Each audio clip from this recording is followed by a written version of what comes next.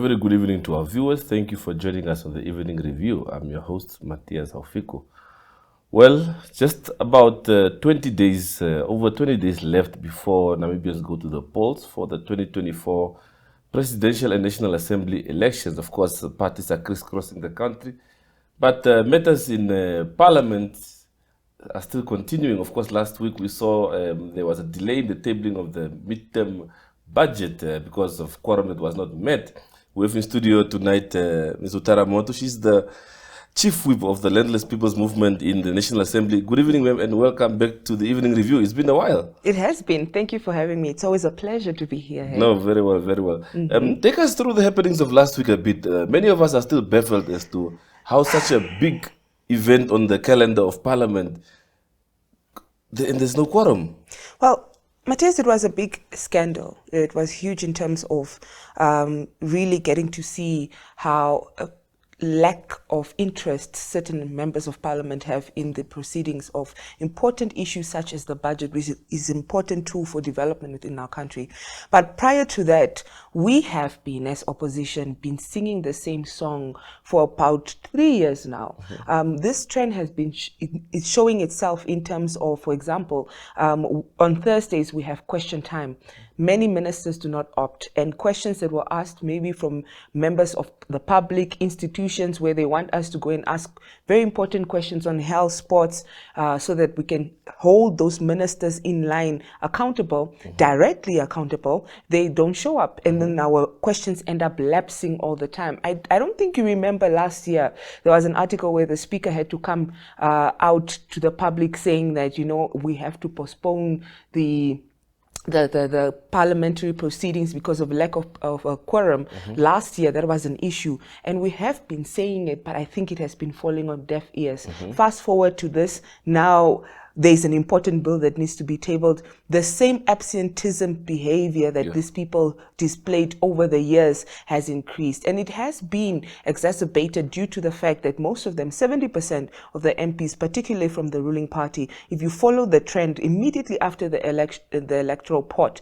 they were absent. The following day after that, the weeks after that, they did not come to when we went on recess. It even affects to the point of our own work outside of chambers, the parliamentary committee work that we have to do within the regions to ensure that we get to finish our reports on specific motions.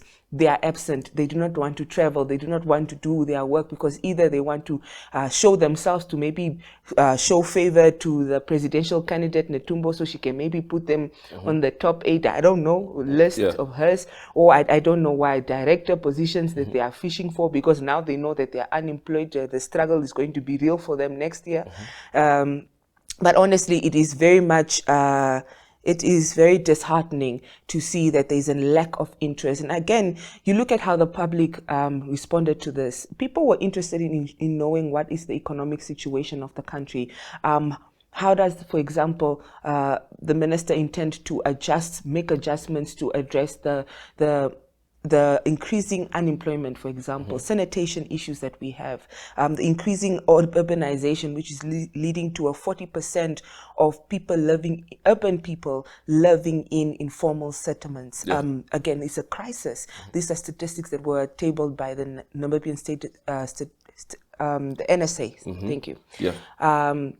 So we are really, really saying that this has been a big embarrassment, but however, we want to urge the Namibians to take note in their minds as they are going to vote. They should ensure that these events that has followed, that are even coming close to elections, I feel politicians should be on their best behaviors. I mean, this is the time where you see politicians are, lifting babies, playing around, going to church. If they are praying for the first time, they are praying now for votes and showing off at concerts, what. But again, that lack of interest is a slap in Namibians' faces because it just shows that they do not care. Even 22 days prior to elections, they do not show interest. Again, Namibians should be awake and they should take accountability at the ballot.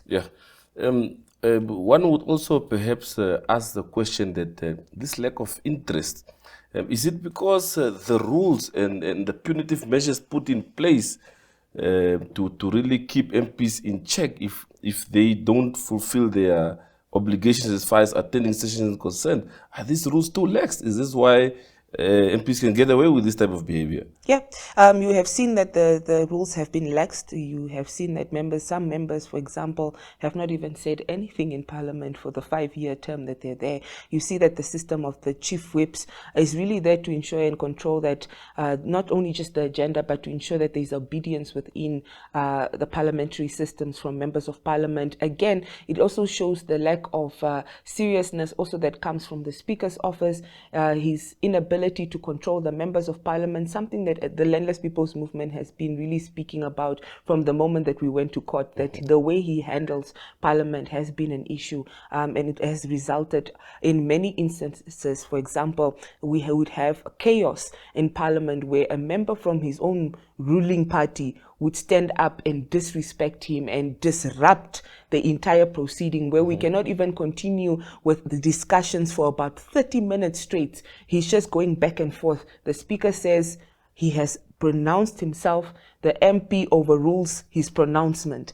Again, that just shows that there's a lack of obedience, there's a lack of seriousness. And again, it goes back to the oath that we took as members of Parliament. On the 20th of March 2020, we took an oath to say that we will serve the country with all our might, our health and determination, and to ensure that we really get to be the voice of the voiceless. We again contravened this oath by not ensuring that the same enthusiasm, the same energy and the same robustness that we brought into Parliament when we wanted to show ourselves off to the nation in the 2020 is now what we are not finishing with in 2025. And there should be accountability. Again, accountability is something that we have been saying.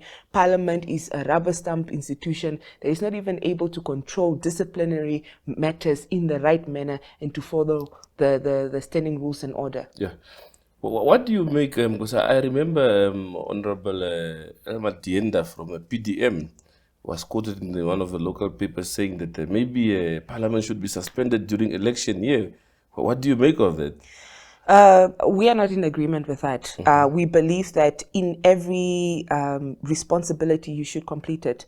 It's like saying that we should just all close shop and go on holiday because we are going in elections. And let's be honest, not all members of Parliament that are in Parliament are actually on the ground. Many of them are on their farms. We are seeing them braaiing there with their families. We are seeing them go on expensive trips in with their families. It's not all of them that are actually trying to ensure that they come back in Parliament. In fact, many of them, even when they see themselves at the list of 75, for example, they completely stop showing political interest, even attending their own political rallies. You don't see them. You can even count them.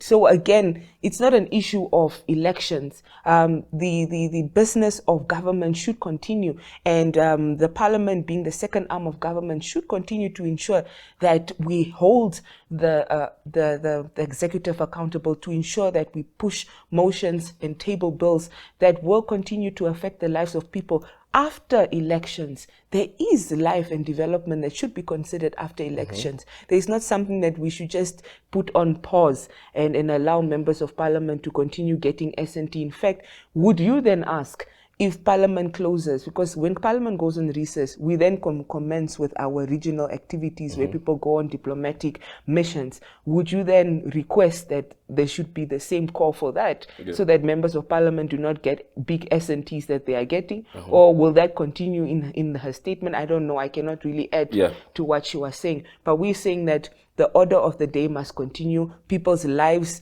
are important. Every day it comes with different challenges, and Parliament is an important institution to deal with those everyday life struggles that people face. Of course, the argument is that, a month before elections, everyone is out in the field campaigning and so on. So is there room for both activities to coexist so close to elections? Is there that room? I mean, To a certain extent, yes. I will not be oblivious to the fact that it is a strenuous activity, both on our health. We have even seen our presidential candidate from the ruling party having to have health issues where people are concerned about her health due to the fact that obviously the campaigns are heavy on her. But again, it is our responsibility via the Constitution to ensure that we do table bills and we do ensure that we finish our work. We are given a timeline. And again, if you look at Parliament, we go on recess. It's not like we are busy the whole year. So we have gotten some form of time to actually go on the ground and consolidate the voters and to ensure that our political parties' campaigns run smoothly. We have seen in the recess that multiple parties have even tabled their motions, for example. So that was not stalled because Parliament, was operating. Matters still continued. Members were still excused to allow them to come to Parliament and then after that go and deal with their work. Parliamentarians only come in chambers, come from Tuesday, Wednesday to Thursday. You have Monday, you have Friday, you have the weekend to deal with your party work. It just shows a lack of interest that is very much embarrassing. It's a scandal, and there is no excuse in any book that can measure to the type of lackluster behavior that was displayed by certain MPs. As a chief whip, Yes. how much control and power do you have over MPs from your party to ensure that they toe the line as far as attending sessions are concerned? And I'm sure it's the same strategy or similar strategy that would be used by chief whips. How much control do you have over your party members in that regard? Well, Matthias, it also depends on the institution. It depends on the party itself. The culture of the party determines the overall discipline. But however, we do have some form of control. I'll speak for myself. We do have a whippery system where you strike people 3 times, and if they do not come, for example, if they are not, it goes beyond even attending Parliament. It goes to ensuring that they adhere to the parliamentary agenda that is set at our parliamentary caucuses. If, for example, we want a specific MP to speak on this matter and they do not speak and they do not have a valid reason as to why they do not speak on that matter, then I have a right to whip you. And if I whip you 3 times, then we obviously have a problem. And I actually have the right to remove you and write to the ECN representative of our political party via the overall support, obviously, of the top structures, because we are always in consultations with the top structures to see how our MPs are performing, where we evaluate where we can do better. And if they are in agreement to remove that such member of parliament, we will do it. I mean, LPM has a reputation of not being not being too shy in terms of holding our own people accountable. We have, for instance, fired councillors who have been not wanting to do their work, who have not been following up on the promises that they have made from party level. So again, in our system as the List People's Movement,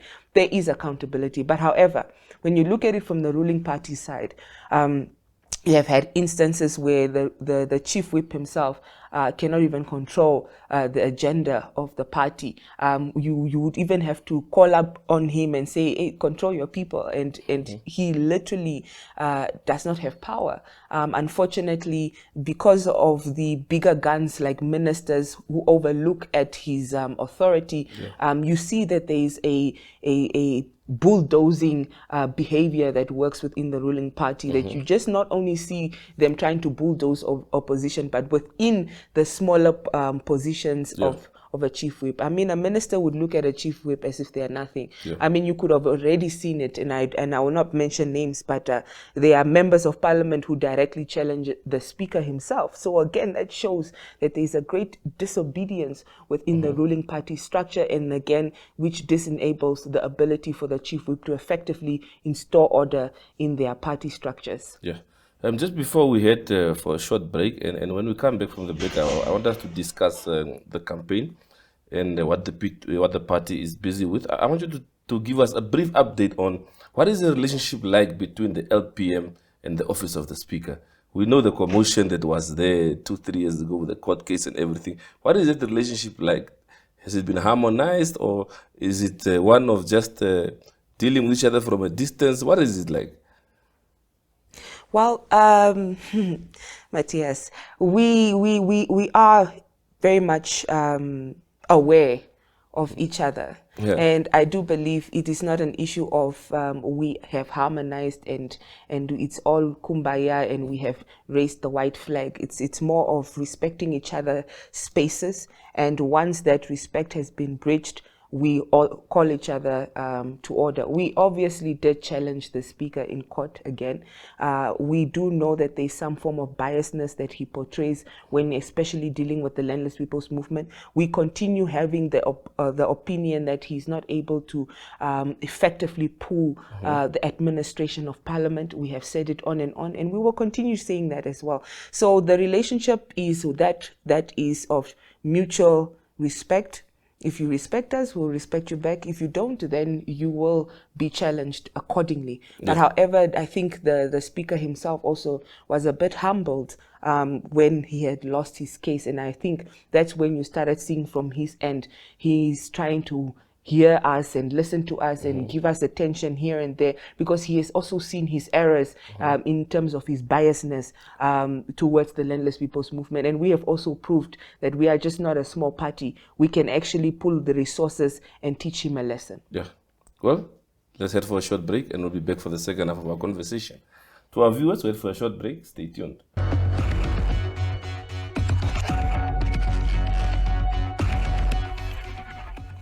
Well, welcome back from the break. Honorable Mootu, of course, your party is all over the country trying to canvass votes. We've seen, and not just your party, other opposition parties are also in areas that were previously perceived to be the holy grounds of the ruling party, and no one goes there. And we're still wondering what has changed in our political space for that sort of leeway and freedom for parties to now freely visit areas where they feel that they can get votes there. Well, basically, it is an increased awareness from the public. I believe what has changed is the mindset of Namibians due to obviously the inability to govern properly. The Namibians are noticing that they deserve better. Namibians are noticing that they can hold government accountable through political activities, through the introduction of new political parties. For example, my political party that was able to sweep specific regions in the first time in history that has ever happened for an opposition to control 2 regions, which are one of the economic harbors of the country. Again, this gave some form of encouragement, particularly to the voters, saying that we can do this for ourselves. If this has been done in other areas, we can do this for ourselves. And that's how also the message started spreading to other areas. For example, we look at areas such as the Kavango region. You have seen that they are in terms of statistics, they are the most impoverished regions. They come with the most least development. But however, in 2019, they were the ones who supported SWAPO. But however, now that we are noticing a switch in terms of where they stand with the ruling party. We have seen even the Landless People's Movement. We had launched our manifesto in Rundu, and we had a good number of people in support. In fact, when we were going out in the streets, people were campaigning and screaming for us and cheering us on and saying, we are with you, we are behind you. We might not be there physically at the rally, but we will vote. We know what to do to put you in power. So again, it shows that Namibians are fed up. What has changed is the mindset, and also the ability for them to accommodate other alternative spaces such as the Landless People's Movement, where they see this message resonates with me more than the message of SWAPO. These people's actions resonates with me more, and they fight for me more. As a young person who's unemployed, sitting there in the village in the deep north, can understand that SWAPO is not working for me. And again, it's a new generation. They have seen a 71% of voters, turnout registration from young people in terms of the population is a 71%. And then you have seen 900,000 people, from young people, young populations coming out in numbers, going to really register to ensure that they are going to be part of the table and of the decision makers that will change the structure of government. We are seeing that young people are standing up for themselves. This is a new generation that does not only look at the ties of liberation struggle, the ties of, oh, we have ensured the country is free. They do appreciate that. But what is next? What is my development? Where do I see myself in the ruling party? And that message has not been coming across strongly. You have had in the past, presidents and statements coming from the ruling party where they are saying, I am not the maker of jobs. I am not your God. This is a slap in people's face. And the young people are remembering, and they are turning around and saying, we're going to take power for ourselves. And it's not just from regional perspectives. It's also from an international perspective. You have seen in South Africa, the fall of the ANC, where they were forced to go into a coalition. Now you have recently seen what has happened, a historic transformation in Botswana, where you have seen that, opposition becoming president. Now it has not become a dream. It has become a reality that through voting, you can really change the narrative, that through voting, we can get SWAPO off. When I myself was campaigning in 2019, the differences that I'm seeing now, 2019 young people and even the elderly will tell us, what will happen, SWAPO, if I vote, nothing will change. But after 2019 and the significant changes that we have made, especially through as opposition, and what has happened internationally has really ensured and given Namibians the courage to choose right and to choose different. Well, some people watching the show tonight might be saying, well, it's easy for Utaara to sit there and bash the ruling party and so on. But LPM has 2 regions it's controlling in the south.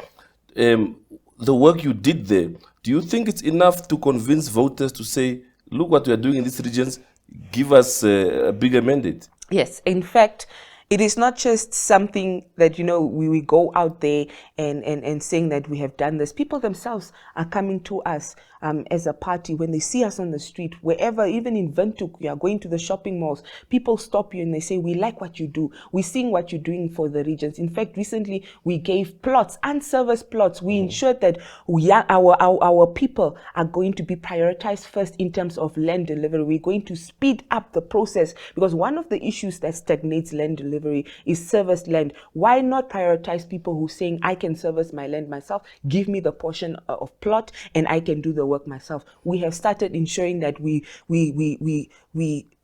write off people's debts in the south. We wrote off the debts of elderly. We have given sanitation in areas that needed sanitation and access to water.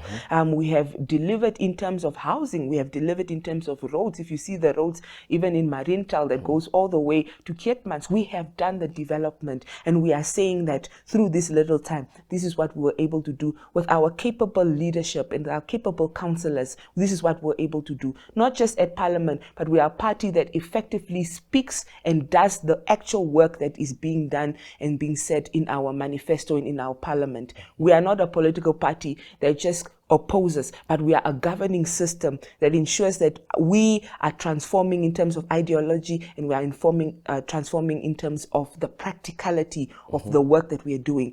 People themselves come to us. They say, congratulations, we are with you. In fact, I drive my car, I have stickers on my car. Whenever they see the stickers on the car and I stop at the robots, people tell me to, put down my window, and they are having their fist at us, and they're like, we love what you are doing. We love what you stand for. We love what you are doing in terms of the transformation of the South. If you look at the South, our rallies, for example, we were not able to reach all areas in 2019 due to lack of resources. But even in the South itself, areas that we were not able to reach in Osinker, people are coming. In fact, we even ran out of membership cards in Osinker, where we had to request membership cards from the headquarters because people just wanted to join the movement, because people understand what the Landless People's Movement speaks for. It is not, again, this rhetoric of we are against Northerners, we are tribalists. No. It is now people themselves seeing that LPM, whatever LPM has said, they have stood for. Whatever LPM has said in terms of holding people accountable, we have done. If people are corrupt in our party, we deal with them. No one is above the party. And this is not just a notion that we sing at party rallies, but this is a notion that is also transformed and is seen within our party. And again, people see it and they love the accountability of LPM, and that is the results. Yeah. Some see that accountability as sort of infighting within the party. We know several prominent members left the party during this period. Do you see it impacting the party's support base in any way during the lead up to the elections? We don't. There are specific individuals obviously do have people that speak and speak for them. They come from constituencies. But however, the basis where those specific prominent people come from do not even support them. Let's start there. Secondly, they were never in support of individuals. They were in support of the party. The party as an institution. We have ensured to make sure that even when those people were there, we sang the same song of saying that no one is above the party. Even the top leader himself, he can leave, but the party still moves on. The party still will continue to doing the job that needs to be done. We have shown great maturity. We have shown a great transition in terms of leadership. Even within those dramas, those petty dramas that were caused, by those what you call prominent leaders, we were able to deal with it accordingly and we were able to move on. We are seeing an influx of members irrespective of them leaving the party. We have seen and been following also some of their rhetorics that they are seeing and throwing on newspaper lines, headlines. We are also seeing the rhetorics that they are doing at their SWAPO rallies. We have seen that the people themselves didn't come. Let's use Marintal, for example. Those prominent members were there, but the people that were there were shipped in from other regions. We saw buses coming in from the south, the north, places that were not even from Marintal itself. We had organic bases organic supporters that came to our rallies. Those people themselves, even in terms of features, you could see that these are not people of the south. And because those people were also, those prominent leaders that came were sent a week and months prior to try and do door-to-door work, and it has failed dismantly. It is so embarrassing to even say it publicly, but they have failed. They have not succeeded. We still continue, and the numbers do not lie.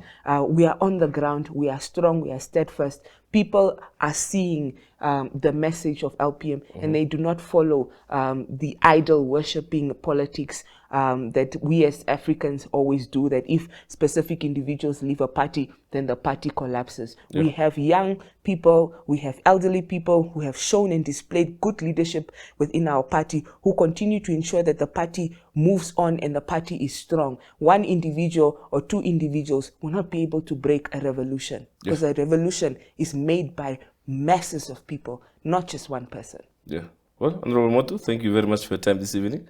And we wish you well and all the energy as you traverse the country before 27 November.